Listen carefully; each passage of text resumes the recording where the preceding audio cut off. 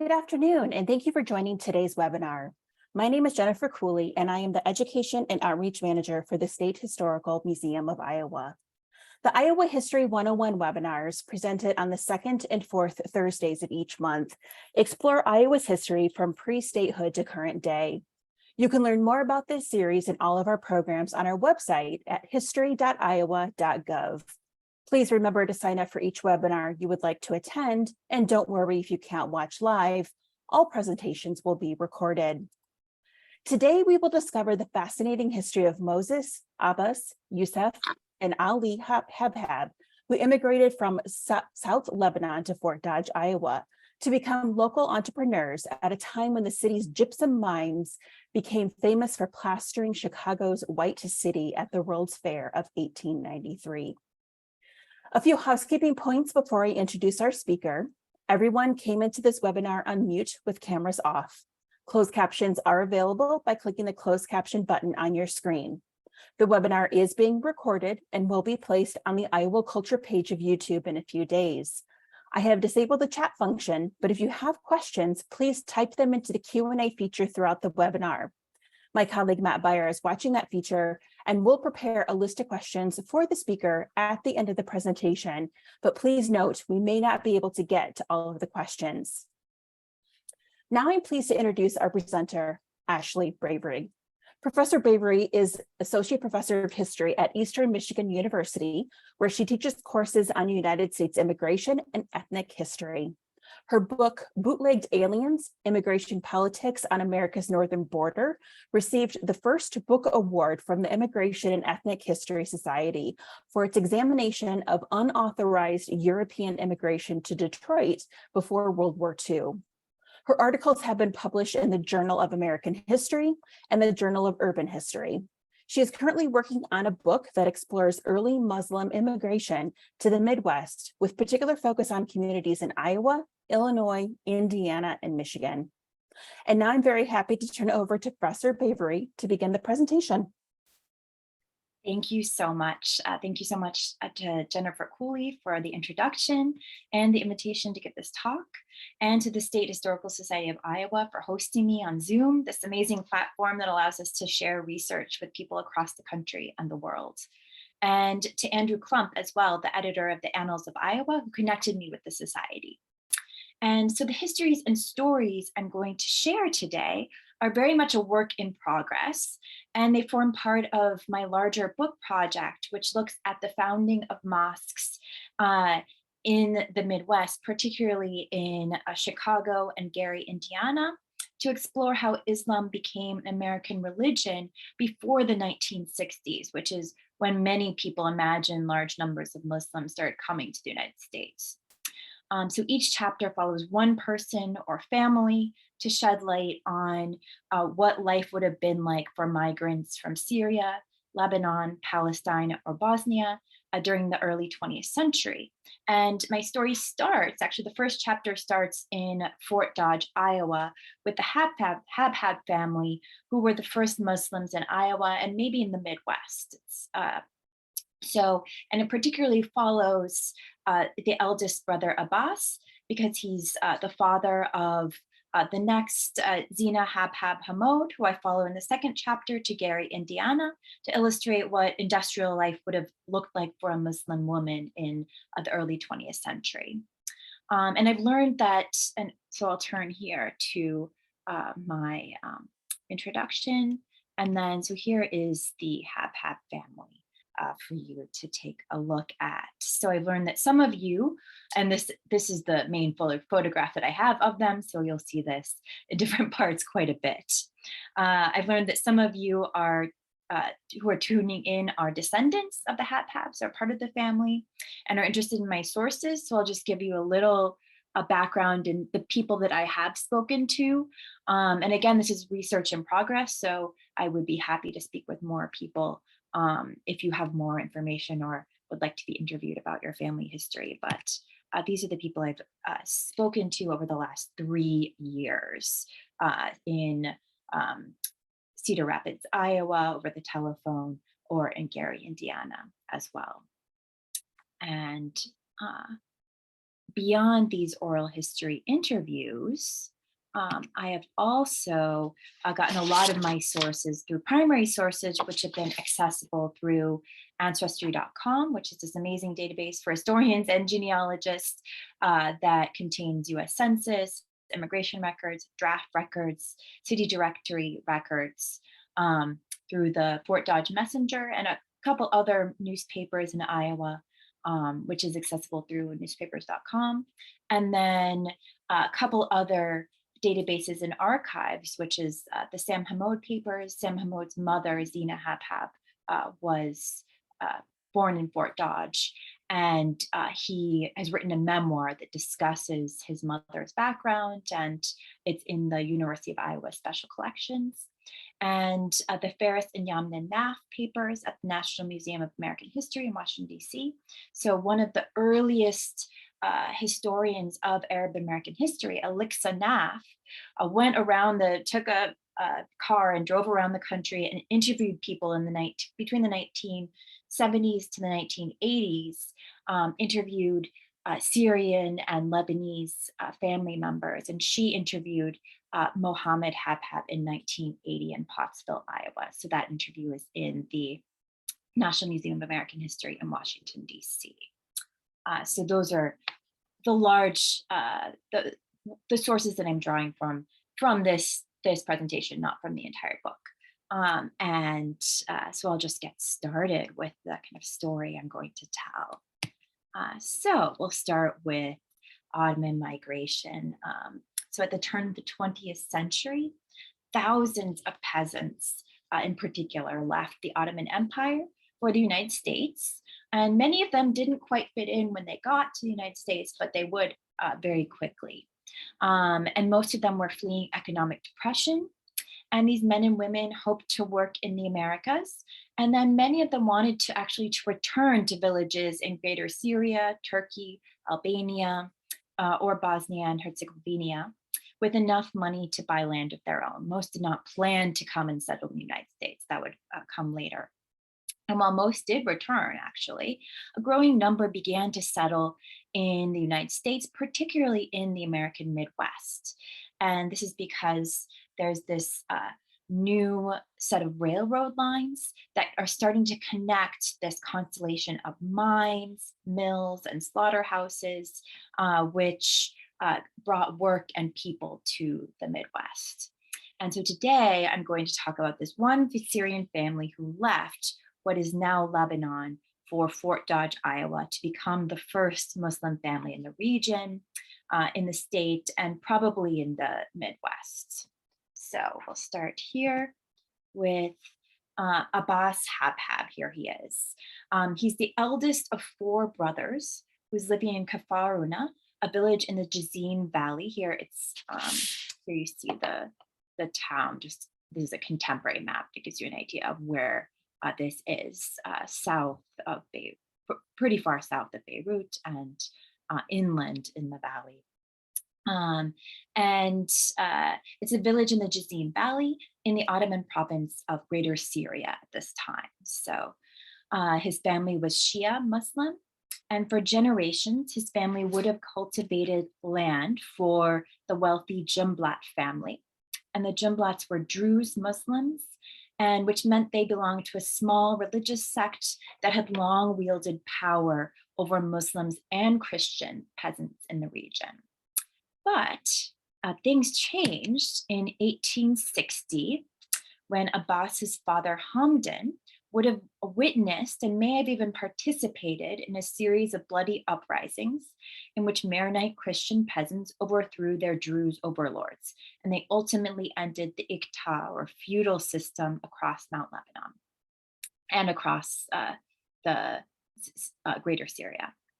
The rebellion resulted in a time of peace and prosperity known as the Mustafaria, in which Maronite Christians forged an alliance with France that developed the region's silk industry. So this became really important for prosperity in the region.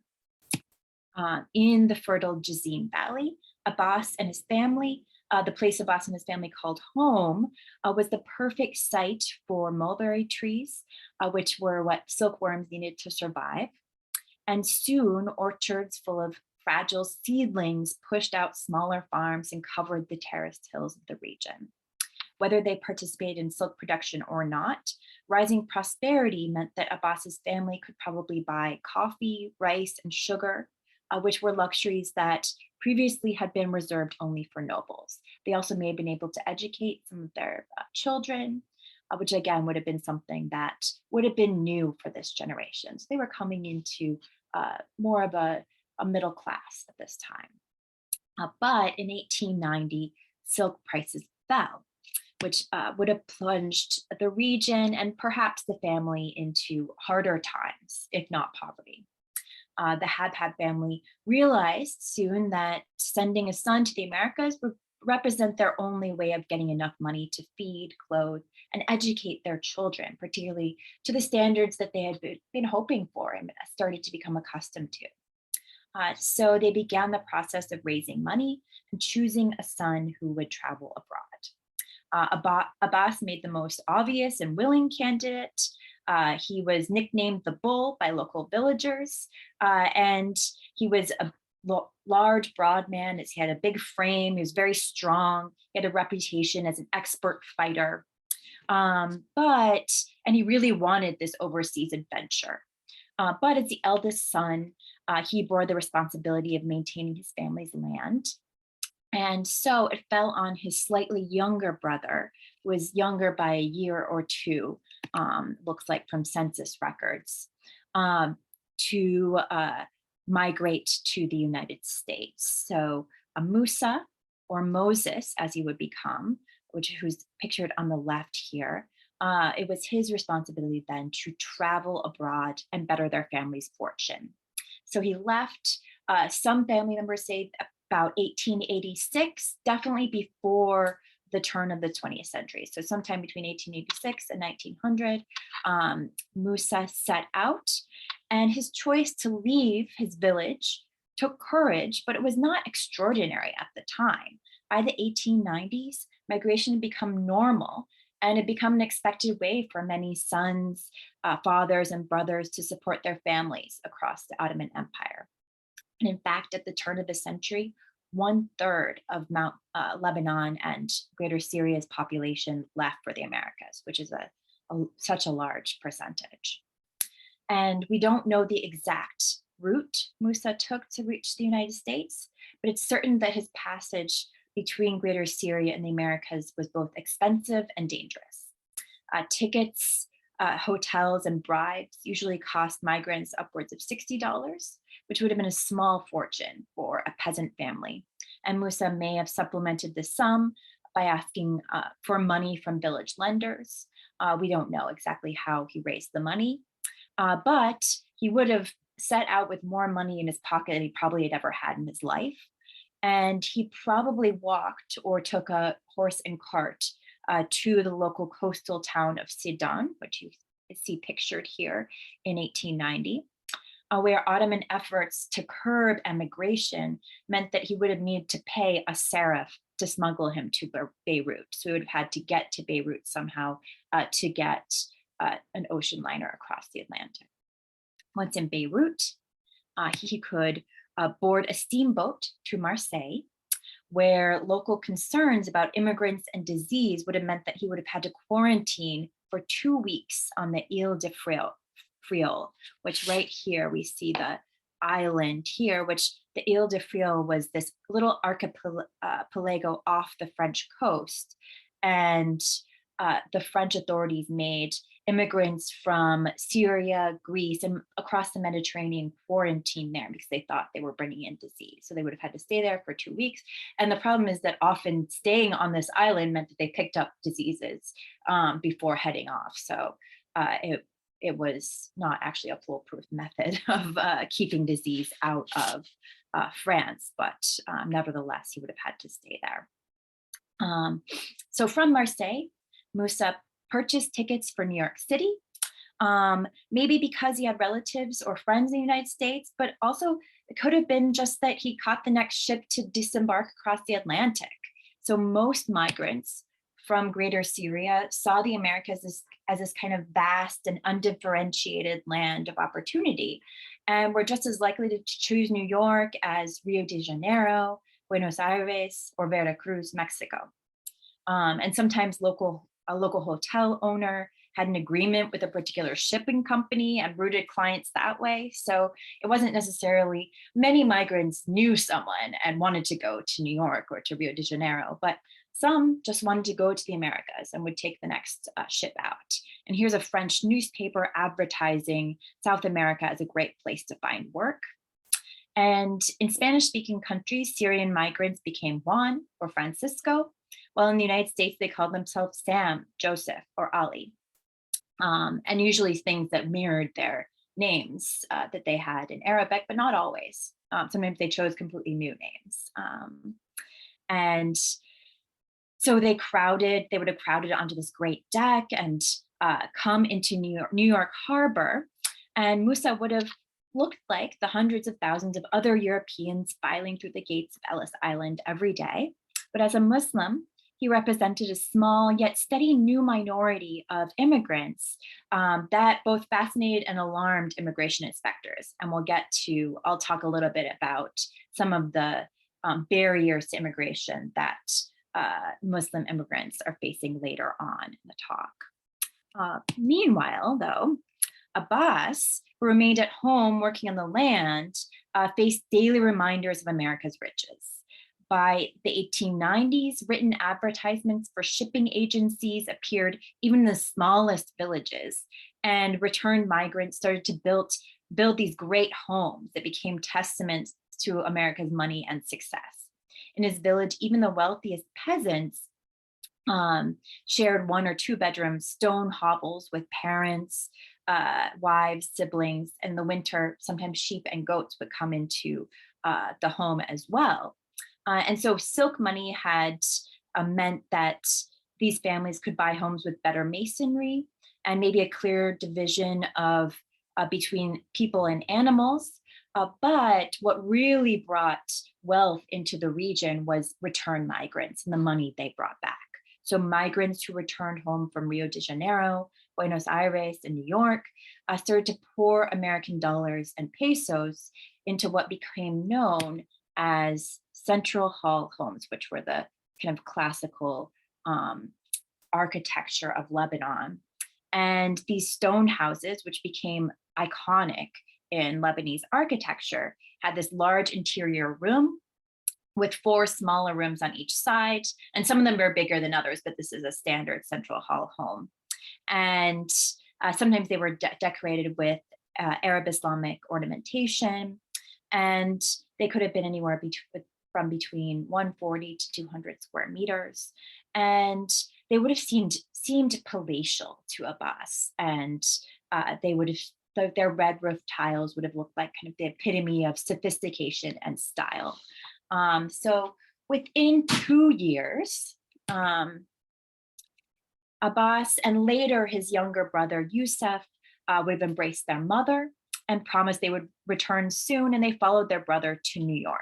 So descendants I've interviewed disagree over how long the brothers were in New York City or if they stayed there at all.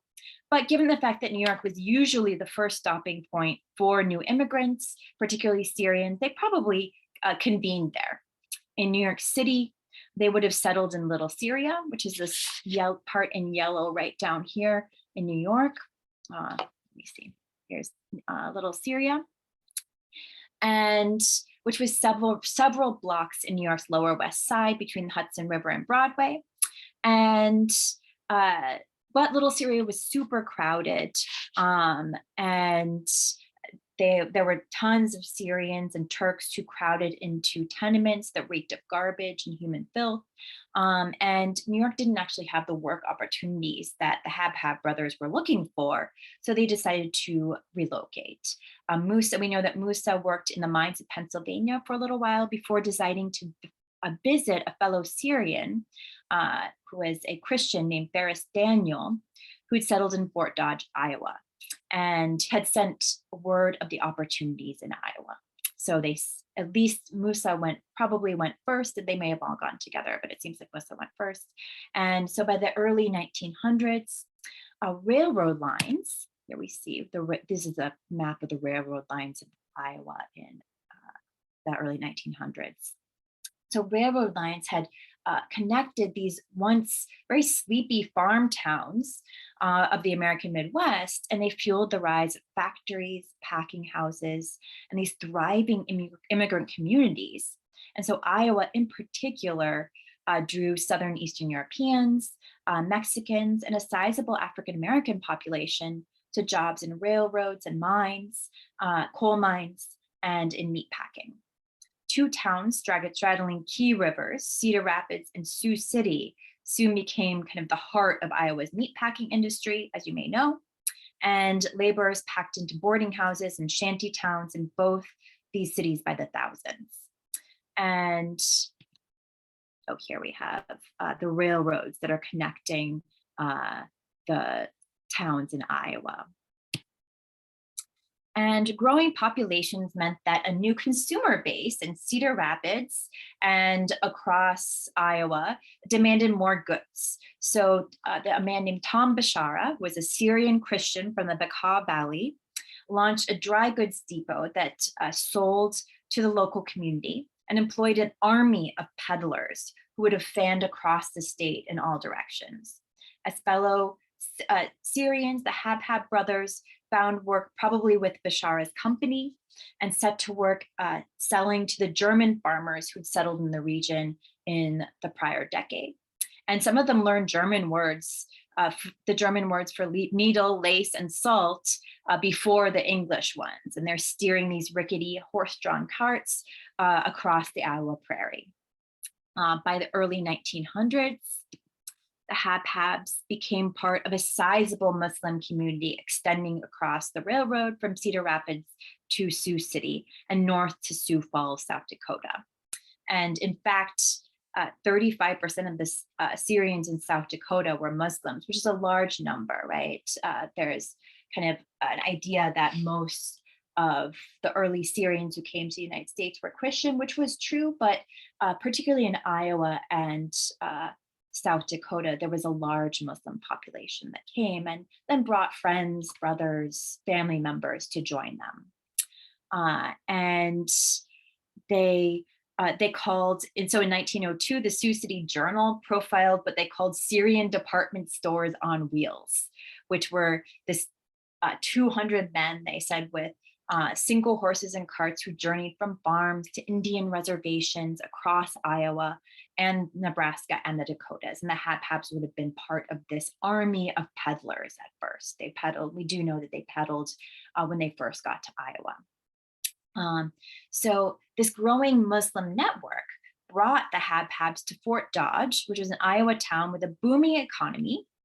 And so in 1869, a railroad line transformed this kind of sleepy frontier outpost of less than 1,000 into a small city of 15,000 that had a diverse economy that relied on meatpacking, coal mining, clay, and oatmeal manufacture, and most famously, the production of gypsum. So in 1890, Fort Dodge famously won the contract to provide the gypsum that manufactured the white plaster buildings of the 1893 Chicago World's Fair. And the city capitalized on the positive press and nicknamed itself Little Chicago. City planners invited the famed architect Henry Koch from Milwaukee to design a courthouse and bank in the Beaux-Arts style. So it has this very sophisticated look. And they wanted it to be, quote, worthy of a city that was poised for greatness. Planners drew on the concept of the City Beautiful movement by establishing green spaces in the city, and through all Iowa's railroad towns, they connected to the other towns as well. But discriminatory housing patterns, I'll turn back here, discriminatory housing patterns in small city Iowa would have brought the Habhab brothers into contact not only with German immigrants, Czech immigrants, but also with non-white immigrants, probably for the first time. The brothers continued to peddle across the countryside until Abbas secured a job in a coal mine, and then shoveling coal for a railroad company as well. And coal was really important in this region at the time. By the 1890s, coal was really king in the in the Midwest and across the region. It fueled all aspects of America's rapid industrialization. Steam locomotives relied on coal, which firemen shoveled into the engine fireboxes by hand, as you may have seen. Factories had great coal furnaces that ran them. Americans often even heated their houses with coal. Iowa's coal veins at this time were inferior in quality to those that spread across Pennsylvania and West Virginia, but sheer demand turned coal into one of Iowa's most important commodities at this time. And of course, as you may know, coal mining was very difficult and dangerous. And because workers struck frequently, mining companies started to respond to a series of coal strikes by hiring African Americans, Mexicans, Italians, and Syrians. And the Habhabs may have been part of this, or they probably knew people who were working in the coal mines or were their friends. And they would have met people from other backgrounds and other races. And other Syrians found jobs in meat packing, which was another one of the major industries that's coming to the fore at this time after the advent of the refrigerated railroad car. And Syrians who found jobs in meat packing didn't fare much better. They usually worked in the worst jobs in the sweat house and on the killing floor alongside Mexicans and African Americans. We don't know how they would have felt about their non-white coworkers, but toiling alongside them in the town's worst jobs would have reminded them that in Iowa, they had yet to be accepted as kind of white immigrants at the time. So when it became clear that peddling and manual labor would never fund a great haul home back home, the Habhab brothers pooled their money and opened a small dry goods store in the city. And this is not their dry goods store. This is just an example of a dry goods store in Iowa in 1900. But we see, but it gives you an example of what that might have looked like. It would have been a store that sold all sorts of things, to little groceries, anything that wasn't fresh, fruit or vegetables or meat. And by 1907, we see the Habhabs actually show up in the local newspaper. The gossip section of the Fort Dodge Messenger introduces Musa Habhab, who they call Moses Abraham, which is what he went by at the time. And they're they call him a dark-skinned man by the name of Moses Abraham. They're drawing on classic Orientalist tropes, and the paper refers to Musa as sinister, and they say he gave an oily, suave impression, and he'd been seen investigating goods at a local store. And so the paper reveals that Musa's mere presence in Fort Dodge kind of caused a xenophobic stir among local residents at the time, who were at the best curious and more likely hostile towards Syrian newcomers. But nevertheless, the Habhab brothers and several other Syrians, including Zine Asi, a fellow Shia from the Bekaa Valley, opened a series of stores across the downtown. By 1910, this is the new Damascus Store, which opened in a prominent place next to the Beaux-Arts style Central Library. And it promised, quote, extra special bargains on everything from Damascus table linens, as you see, to ladies' hose and overalls. And so this is how the Habhabs really established themselves and started to make their fortune in the city. And so it soon became clear that if they wanted to survive in Iowa, the brothers were going to need to build economic networks outside the city and the state. And These would help shield them from local xenophobia and also establish their dry goods business. So in building this small economic empire, the Habhabs tapped into and solidified, in many cases, these early Muslim and Syrian networks that brought them into contact with men and women from different ethnic and racial groups, and really helped diversify the Muslim Midwest. So we also see that marriage and family reunification also expanded Muslim networks of men and women across the Midwest and back to greater Syria as well. So by 1920, so by the 1910s, we have Yusef here, who was the first Habhab, it looks like in the newspaper, to return to marry. So Yusef, he's the third brother here, reported his intention to marry and bring back a wife in the Fort Dodge Messenger. And it's reported here that he would need to, quote, steal a wife because Ottoman authorities would never let him leave. In truth, men returned to marry in their villages regularly and usually faced little trouble with leaving Lebanon or coming here. The newspaper was probably drawing on Orientalist ideas about Syrians and their families, which often were inspired by tales of harems and polygamy.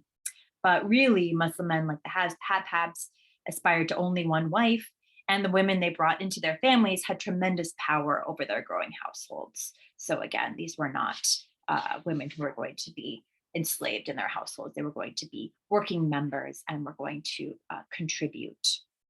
Luckily for Yusef, he returned to Kafar Una, his village, in the summer, laden with gifts and tales of adventure in Iowa. And he re-entered the United States through Ellis Island with a wife named Shafika, who she would have had to give her consent and decided to accompany him back to Iowa. And Yusef's success prompted Musa to make the same journey 2 summers later. And he returned with his own wife and 3 cousins and a wife for Abbas named Masade. And here is a picture of, this is the photo of Abbas in the middle and his wife right here. And Abbas was thrilled with his young wife, who had dark eyes. He thought she was very beautiful, and a small frame that really looked out of place in these vast Iowa prairies. And here's a picture of their wedding, which is the only photograph I have of the family. And they got married in Fort Dodge and this is the picture that's probably in the family's wood framed house. You can see how many children and cousins came together for the wedding. This would have represented probably the Syrian community in Fort Dodge, and probably friends traveled from Cedar Rapids or Sioux City, and again, convened for this kind of exciting and joyous occasion. So the 3 Habhab brothers were really happily settled in Iowa, but growing concerns about immigration meant that they soon had trouble bringing more family members over to join them. In particular, their younger brother, Ali, had trouble, or Ali as he later became known, had trouble coming to the United States to join his brother. Ali had actually lived in Fort Dodge for a little while and worked at the Damascus Store before he returned to Syria. It may have been because he was deported. Different family members have different versions of what happened to him, and there's no official deportation records that show he was deported, but we do know that he did leave rather suddenly and he may have gone back to Syria. And from this, he decided to travel throughout Latin America. The problem, and he wanted to return to Fort Dodge after going through Latin America, through Cuba. But the problem is that at Ellis Island and on the US-Mexico border, where many Syrians were coming through, US immigration inspectors began excluding Syrians in large numbers. Though officially America's doors were open to almost all immigrants who were not Chinese, racist inspectors began to keep out Syrians because they thought they had made bad Americans. That was some of the reasoning behind that. So there's this big discussion on who makes a good American, who can contribute to the United States, and inspectors start to become concerned that Syrians and other Mediterranean people, Greeks, Turks, are not going to, fit the bill here. So they're using these xenophobic ideas. So to exclude them, inspectors could claim Syrians with Muslim sounding names were polygamous, and they did that sometimes. And they often did this at the border. So, but they also excluded Syrians for having, more commonly for having the eye disease trachoma, and which was an infection a bacterial infection that could lead to blindness. And here is a picture at Ellis Island of a trachoma inspection. So what inspectors would do is they would use this button hook to inspect immigrants coming through. And for trachoma, so if an immigrant had any problem with their eye, they would be quarantined and often sent back at the expense of the steamboat or the steamship company. And they also started to use the likely to become a public charge clause in the 1890 immigration law. And this was a measure that inspectors could use against anyone they thought might need public assistance once they got to the United States. And the criteria for this was super vague. Inspectors used it for anyone who they thought might not be able to get a job, might not have enough money with them, didn't have a relative that could vouch for them, or sometimes even if someone had all of those things, they would stamp their card likely to become a public charge and send them back. So it gave inspectors a tremendous amount of discretion, and the immigration records show that a lot of Syrians were turned back either to Mexico or back across the Atlantic as likely to become a public charge. And Ali probably faced a lot of these issues when he was coming in. Nevertheless, he did manage to get back to the United States, largely because when he had been in Fort Dodge, he had registered for the draft in World War I, and that allowed him as a service, and he had started going, he was never actually deployed in World War I, but as a veteran, he was able to claim citizenship and was able to come in. So got through this immigration in that way, but otherwise he would have navigated issues at the time. And it would have been, a major concern for the family at the time. And we see a lot of the immigration records at the time that are discussing how to get family members in. It's becoming a lot more difficult to bring family. And so we move through. And so soon, Muslim mutual benefit societies actually began collecting money to fund Syrian journeys through Mexico, which often connected Mexico to the American Midwest, with this network of wire transfers, bribes, and agreements made in Arabic, Spanish, and English. And there's a little bit of evidence for this. In 1912, the Muslim community in Sioux City, Iowa, where the Habhab brothers probably had friends and knew people, received a telegram from Marseille that 11 Syrians, most of them relatives of their community, were stranded in Marseille without funding. So they set up a collection around the whole town, around the whole community, and everyone pitched in and gave some money and helped bring these men to Iowa. And so out of this, immigration inspectors started this board of special inquiry hearing, and they acted like there was this big conspiracy to bring family members over, to bring contract laborers over. But really, it was a community trying to help people who were stranded, right? So we see it shows how the local Muslim community is coming together and helping people who are relatives, but in many cases just who they know are struggling to get to the United States in ways that they might have as well. And so US government investigates these cases as kind of nefarious smuggling operations, but in reality, they represented Muslim efforts to help kin navigate migration routes from cities in Latin America and from Lebanon.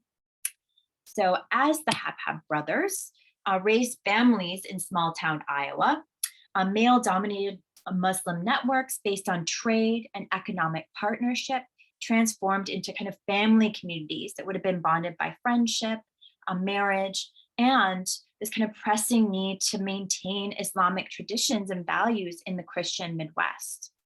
By 1915, the three eldest brothers had built this neat wood frame house in the northeast outskirts of town, in a plot of land that was surrounded by fields that were used to graze local livestock.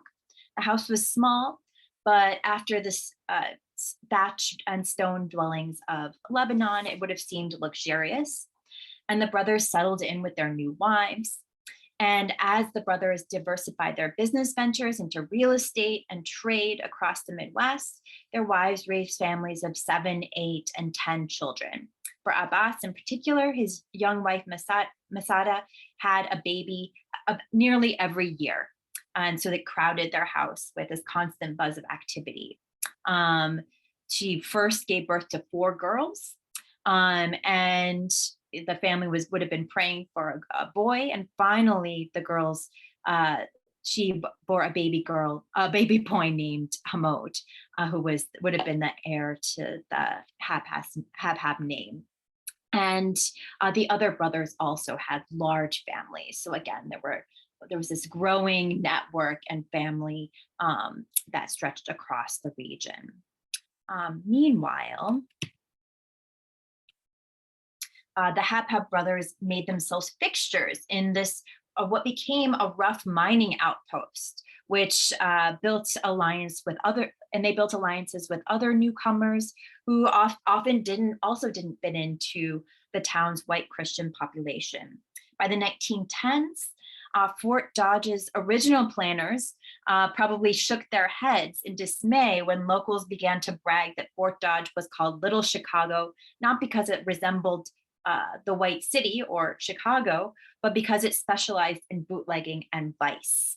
So by 1908, coal miners and gypsum workers crowded into the town's saloons, probably stopping at the Creole Inn for a meal and sometimes an evening with a prostitute. So again, there was this large vice business that's spreading across the city. And newcomers needed a place to stay, and builders were feverishly erecting boarding houses at this time. And Abbas soon bought one of these boarding houses, and he rented, as you see at the bottom here, furnished rooms for $150 a week. And many of the people he rented to were actually African American migrants who come north by the hundreds to work in Fort Dodge's coal mines and packing houses. We don't know what Abbas's relationship with his African American clients was. It may have been transactional, but he did choose to rent to these men at a time when many Iowans wanted nothing to do with Black newcomers. And it demonstrated that at the very least, Abbas disregarded the racial mores of the time and was more forward thinking, or thinking about renting to these newcomers. Like his African American tenants, Abbas also had to navigate racism and prejudice. So according to the Fort Dodge Messenger, on one humid summer evening in 1923, Abbas had returned from checking on a delivery from the nearby Prussia dry goods depot when 2 men started to shout racial slurs at him from across the street. Rather than put his head down and continue quietly, he crossed the street and hit one of the men in the nose with a fistful of keys, which began a street brawl that left both men bloody and landed all 3 in court. And they had Abbas had a $15 fine and 4 days in prison. But in a rough town full of miners and bootleggers from across Europe, Mexico, and the American South, Abbas still navigated and bristled over kind of local racism that would have aligned him in many cases with the hundreds of Black and Mexican migrants crowding into Fort Dodge. We don't know how he identified at the time and how he felt. But it's telling that when Abbas declared his intention to become a US citizen in the local district court, he reported his own skin color as, quote, dark, which would have set himself, and maybe he felt like he was set apart from the fair-skinned Germans and Scandinavians who had farmed the Iowa prairies. But despite local prejudice, Abbas's second daughter, Zina, remembered these frenetic Iowa days as the best of her life. And Abbas often left on business in Chicago or across Iowa for weeks at a time, which left her with her mother and 8 siblings. And she has stories of celebrating a Memorial Day and 4th of July, going to parades and festivals in the local town, and going and watching parades for when the National Guard would leave for camp every year. Each summer, she said that a traveling circus set up in the fields across from the Habhab home, and that Zina and her siblings would sneak across and sneak under the tent flaps and watch the men and women flying through the air on trapezes. They would come sometimes with elephants. And again, this made them feel like they were part of the town, and they were, right? They're settling into this town and really starting to fit in. Unfortunately, in 1928, Abbas's wife, Masada, got sick and died, which kind of cut tragedy through the family. She died of tuberculosis at the age of 33, leaving 9 children in a small Iowa mining town, which was so far from their home, right? The cascading trellises of the Jazeen Valley. Just a year later, the stock market crashed, which plunged the United States into depression. And this devastated Iowa's economy and would have drained the Habhab's small family savings. By 1930, 442 of the state's 1,252 banks had failed, which wiped out the savings of local farmers, store owners, and miners. And to stretch their dollars, many families across the country and in Iowa stopped buying meat, meaning Iowa's stockyards and slaughterhouses had nowhere to ship their pork and beef. So this became a huge problem. And so the Habhab brothers managed to stay afloat by selling necessities to local families. Remember, they ran a dry goods business. But as consumption dropped, Abbas took to the road again and started selling goods across Iowa and across the Midwest. And out of this, it also became clear that immigrants like Abbas and his brothers were probably not going to return to Lebanon. So they began to start thinking about building mosques in Iowa and across the Midwest. And this began first in a few places. The first mosque in the United States was actually built in Highland Park, Michigan in 1921 by a mix of Shia, Sunni, and Ahmadiyya Muslims at the time. In Ross, North Dakota, a group of Muslim homesteaders actually built another mosque. And in Michigan City, Indiana in 1924, a group Shia Muslims got together and built a mosque as well in their town. But no, I'm going to skip a little bit to the building of the mosque in Fort Dodge. So in Fort Dodge, we see so soon the wives, sisters, and daughters who wanted to kind of benefit from family-friendly mosques started to, so a lot of the early mosques were actually fundraised and kind of got together by local women, Muslim women in particular. And they often raised large amounts of money through bake sales, through different going around and asking for money from a local community. through banquet dinners. And in Iowa, men like Abbas and his brothers formed the Rose of Fraternity in 1934, which was an organization that promised to join Shia and Sunni Muslims together for the purpose of prayer, teaching Arabic to the next generation, and celebrating mutual traditions. And many men and women got together and raised the 5,850, which was necessary to build the first mosque in Iowa. So here you see the Habhab brothers are on here as some of the early founders. And so they opened this mosque in 1934. And again, it still exists and still kind of is part of the local Muslim community in Cedar Rapids. At the mosque's grand opening ceremony in 1935, Abbas, Musa, Yusef, and Ali Habhab would have worn their best suits and crowded onto the building's concrete steps as members of the Midwestern Syrian community spilled out in all directions, you can see. And this man here, Sufi Bengali, actually journeyed from Chicago. He was an Ahmadiyya Muslim who had been working with African Americans in Chicago and came to help officiate the opening of the mosque. So it just shows that the mosque was open to Sunni, Shia, and Muslims of other sects as well. It was this welcoming place. And it joined Muslims together in common prayer in Iowa.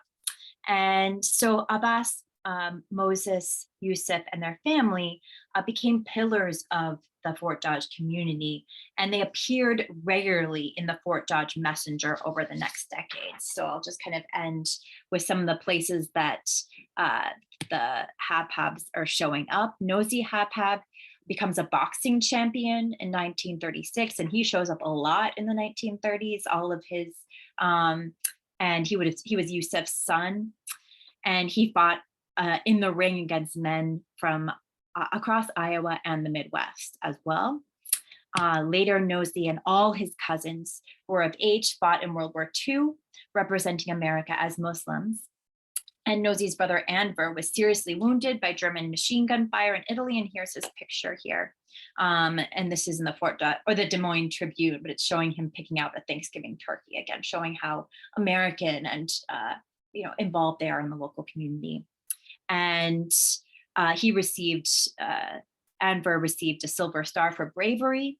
And in 1945, Moses' son, Oscar, was shot down over Guam in an aircraft carrier, and his body was never recovered. So again, they're involved and giving their lives for World War II.